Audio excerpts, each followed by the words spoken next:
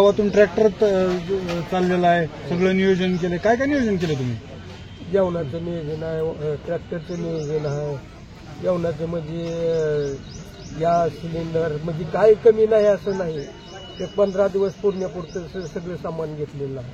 काय काय घेतले? तेलाचा डबा आहे, तांदळाचं कटायचं, गव्हाचं आहे, पुन्हा नाश्त्यासाठी कच्चे पोहे, पुन्हा खारी नुकती बनवून घ्यायची. आणि बनवणार आहे? हो बनवून. कोण बनवणार? आचार्याकडून बनवून घेऊन जायची. आणि ह्याच्यातला स्वयंपाक सगळा कोण बनवणार? पोरं बनवते. तुम्ही स्वतः ह्याच्या सेवा? हा मी स्वतः. शेतातली कामं? शेतातले काम नाही, सगळं सोडून द्यायचं. ह्याला हे करायचं.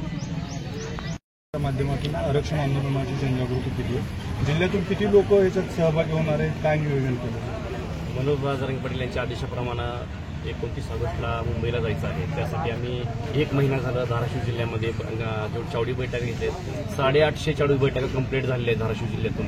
95% गावं पूर्ण झालेली आहेत. आणि अशी तयारी झालेली आहे की गावागावातून तुम्ही बघत आहात की आसारोळा गावामध्ये ट्रॅक्टर असेल, जीप असतील किंवा जी वाहन मिळेल त्या वाहनानं आपल्या स्वतःच्या खर्चानं निघालेली लोक आहेत याच्यामध्ये. आणि गावातून प्रत्येक गावामधून 10 वाहनं तर फिक्सच आहेत. असे 10 ते 12 हजार वाहनं निघण्याच्या तयारीत आहेत पूर्ण. किती लोक धाराशिवमधून याच्यात सहभागी होते? याच्यामधून 50,000च्या पुढे लोक सहभागी होते.